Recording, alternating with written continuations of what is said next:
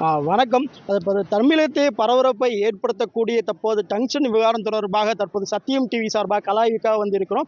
தொடர்ந்து தற்போது அரிட்டாப்பட்டி மலை மீது நாம் இருக்கோம். தொடர்ந்து அரிட்டாப்பட்டி, அதாவது குறிப்பாக சொல்ல வேண்டும் என்னவென்றால் மதுரை மாவட்டம் மேலூர் அருகே அரிட்டாப்பட்டி, வல்லாளப்பட்டி, நாயக்கன்பட்டி தொடர்ந்து 11 கிராம மக்களின் வாழ்வாதாரம் பாதிக்கும் வகையில் தற்போது இந்த டங்ஸ்டன் வந்து ஒன்றிய அரசு வந்து அனுமதி கொடுத்திருப்பது பெரும் பரபரப்பை ஏற்படுத்தியுள்ளது. தொடர்ந்து இந்த 10 நாட்களாக 5,000க்கும் மேற்பட்ட பொதுமக்கள் வந்து இப்பகுதியில் பல்வேறு போராட்டங்கள் ஈடுபட்டு வருகின்றன. ஏனென்றால் தற்போது வேதாந்தா நிறுவனத்தின் துணை நிறுவனமான இந்துஸ்தான் ஜிங்க் நிறுவனத்திற்கு ஒன்றிய அரசு இந்த ஒப்புதல் கொடுத்திருப்பது பெரும் பூதாகரத்தை கிளப்பியுள்ளது. ஏனென்றால் இங்கும் தொடர்ந்து 2021ஆம் ஆண்டு இந்திய புவியியல் துறை சார்பாக ஆய்வுகள் மேற்கொள்ளப்பட்டு 2022ஆம் ஆண்டு தொடர்ந்து மாநில அரசிடம் ஒப்புதல் கோரிய நிலையிலும் கூட தற்போது ஒப்புதல் கொடுக்காத நிலையில் மேலும் 2023ஆம் ஆண்டு தொடர்ந்து அதுக்கான தனி திருத்த சட்டம் கொண்டு வந்து தற்போது இந்த ஒப்புதல் கொடுக்கப்பட்டுள்ளது என்று நம்ம கலாய்வில் தெரிய வருகிறது. தொடர்ந்து இது தொடர்பாக வந்து இந்த ஊர் மக்கள், கிராம மக்கள் நம்மிடம் இருக்கிறார்கள். அவரிடம் கேட்போம். தொடர்ந்து சார் வணக்கம். அரிட்டாப்பட்டியில் வந்து எது மாதிரியான தற்போது இங்கே வந்து நிறுவி இருக்குது? இப்போ உங்களுக்கு தெரியும், அரிட்டாப்பட்டி, அதை சுற்றியுள்ள வெள்ளாளப்பட்டி, நரசிங்கம்பட்டி, மாங்குளம், மீனாட்சிபுரம், கிடாரிப்பட்டி உள்ளிட்ட ஒரு 10 கிராம ஊராட்சி மற்றும் பேரூராட்சி, மதுரை மாவட்டத்தில் மிகப்பெரிய பேரூராட்சியை விளங்குகிற வல்லாளப்பட்டி இந்த பகுதிகளை உள்ளடக்கிய ஒரு 5000 ஏக்கர் முழுக்க முழுக்க விவசாய நிலங்கள் உள்ள இடங்கள்ல வந்து டங்ஸ்டன் சுரங்கம் வெட்டுறோம் அப்படின்னு சொல்லி ஒரு அறிவிப்பு வந்து இப்போ வந்திருக்கு. இது வந்து இந்த பகுதி மக்கள்ல மிகப்பெரிய ஒரு அச்சத்தையும் ஒரு கொந்தளிப்பையும் ஏற்படுத்தி பல்வேறு போராட்டங்கள் நாங்கள் பண்ணிக்கிட்டு இருக்கோம். இப்போ தமிழ்நாடு அரசை கடந்த 29ஆம் தேதி மேலூர்ல வந்து மிகப்பெரிய கடையடைப்போட மிகப்பெரிய ஒரு விவசாயிகள்லாம் இணைஞ்சு, மக்கள்லாம் இணைஞ்சு மிகப்பெரிய ஒரு போராட்டம் பண்ணோம். இப்போ ஆளுகிற அரசோடைய அமைச்சர் அவர்களும், அதே மாதிரி எதிர்கட்சியோட இருக்கிற பெரிய பிள்ளான் என்ற செல்வம் அவர்களும், எம்எல்ஏ அவர்களும் இணைந்து வந்து மக்கள்கிட்ட ஒரு கோரிக்கை வச்சாங்க. என்ன கோரிக்கைனா, நாங்க வந்து இந்த திட்டத்தை வரவிடாம தடுப்போம்.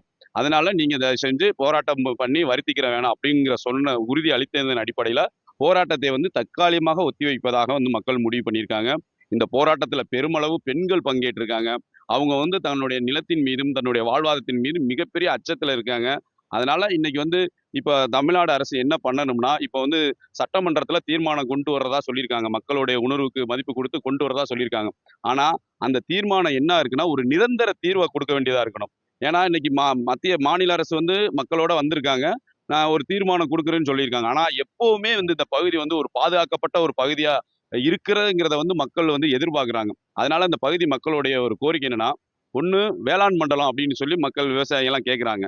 அந்த டெல்டா பகுதியில இருக்கிற மாதிரி ஒரு பாதுகாக்கப்பட்ட வேளாண் மண்டலமா அறிவிக்கணும் அப்படின்ட்டு.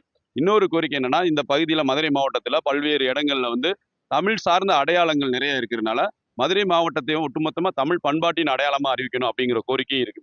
இதுல ஏதோ ஒரு கோரிக்கை, பொருத்தமான கோரிக்கை எடுத்து இந்த பகுதியில இந்த மாதிரி டங்ஸ்டனு, கிரானைட்டு இது மாதிரியான பல்வேறு பிரச்சனைகள் தொடர்ந்து பல வருஷங்களா இந்த பகுதி மக்களை பாதிக்கிறதா இருக்கு. அதனால ஒரு நிரந்தர தீர்வு காண்ற வகையில மக்களுக்கு தமிழ்நாடு அரசு துணை ஒரு முன் வந்தது இந்த நேரத்துல மக்கள் வந்து ஒரு நல்ல விஷயமா பார்க்குறோம். ஆனா தீர்மானம் வெறுமனே தீர்மானம் எதுக்குறோம் அப்படின்னு சொல்லாம மட்டும் இல்லாம ஒரு நிரந்தர தீர்மானம் வர்ற மாதிரி தமிழ்நாடு அரசு நடவடிக்கை எடுக்கணும். மத்திய அரசு என்ன பண்ணணும்னா, இங்க வந்து பேட்டியெல்லாம் கொடுக்குறாங்க, நாங்க வந்து எடுத்தே தீர்வோம் அப்படின்ட்டு.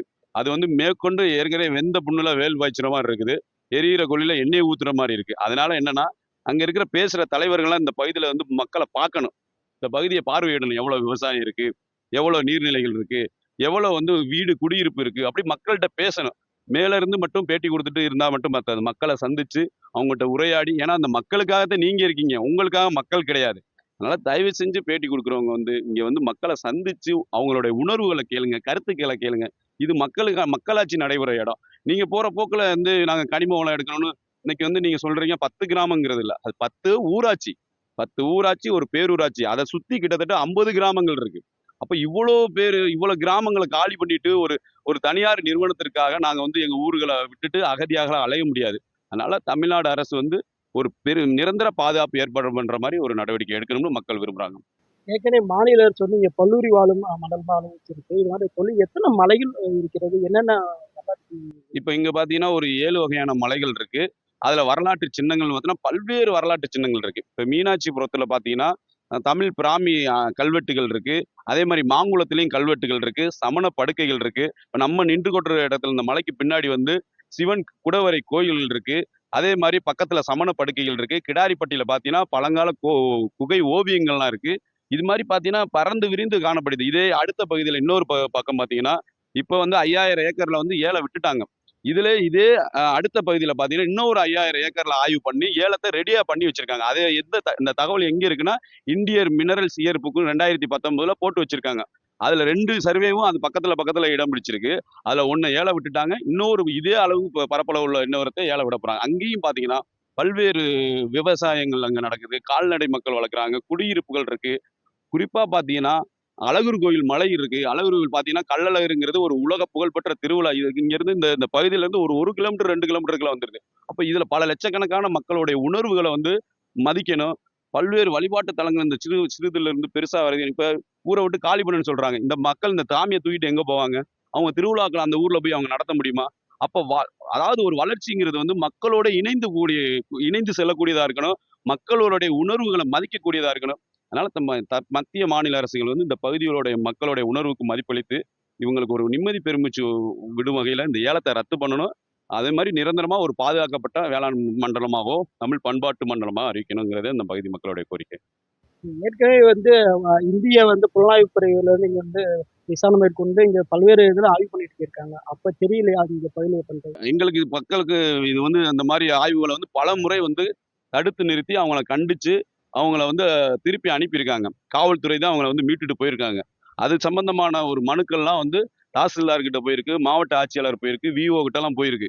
அப்ப கோரிக்கையெல்லாம் வச்சு பத்திரிக்கை செய்திகள்லாம் வந்திருக்கு.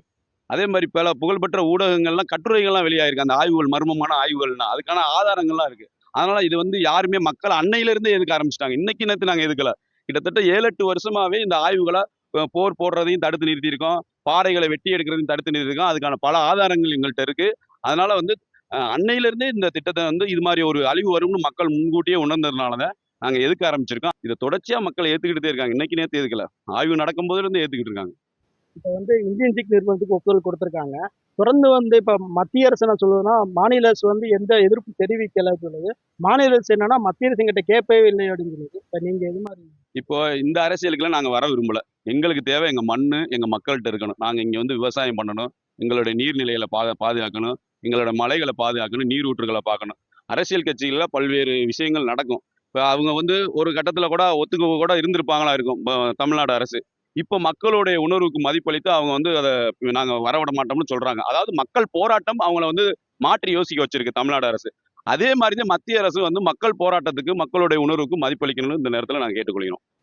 தொடர்ந்து பார்த்தோம்னா, இந்த 5000 ஏக்கரில் இருக்கக்கூடிய இந்த டங்ஸ்டன் விவகாரம் தொடர்பாக மக்கள் பல்வேறு போராட்டங்கள் நடைபெற்று வந்த நிலையில், தற்போது மாவட்ட நிர்வாகத்தின் சார்பாகவும், மாநிலத்தின் சார்பாகவும் தொடர்ந்து வந்து ஒன்றிய அரசுக்கு கடிதம் அனுப்பப்பட்டது. தொடர்ந்து இதுக்கான தடுக்கும் முயற்சிகளையும் எடுக்கப்பட்டு வருகிறது. குறிப்பாக சொல்ல வேண்டும் என்னென்றால், வரும் 9, 10ஆம் தேதிகளில் கூட சிறப்பு சட்டமன்ற தீர்மானம் நிறைவேற்றப்பட்டிருக்கிறது என்று கூறலாம். தொடர்ந்து வந்து இப்பகுதி மக்கள் இன்னமும் பல்வேறு போராட்டங்களில் ஈடுபட்டு கொண்டிருக்கின்றனர். தொடர்ந்து இந்த பகுதியில் வந்து இந்த பகுதி முழுவதும் பாதுகாக்கப்பட வேண்டிய அரிட்டாப்பட்டி சுற்றி 7 மலைகள் இருக்கிறது. தொடர்ந்து 7 மலைகள் மட்டும் இல்லாமல் பல்லுயிர் வாழும் தலமாக ஏற்கனவே மாநில அரசு மூலம் அறிவிக்கப்பட்டு இருக்கிறது. தொடர்ந்து பல்வேறு இங்க அதுக்கு அரிய வகை புறாக்கள், அரிய வகை கழுகுகள் என வந்து எண்ணற்றவில் இருக்கக்கூடிய இந்த இடத்தை வந்து நான் விட்டுக் கொடுக்க தயாராக இல்லை என்ற கிராம மக்கள் வந்து துடிப்புடன் இருக்கும் நிலையில் மாநில அரசு முன் வந்து இந்த சட்டமன்றத்தை தீர்மானம் நிறைவேற்றத்துக்கு பின்புதான் தெரியும் இவர்களின் அடுத்த கட்ட போராட்டம் என்ன என்பது குறித்து.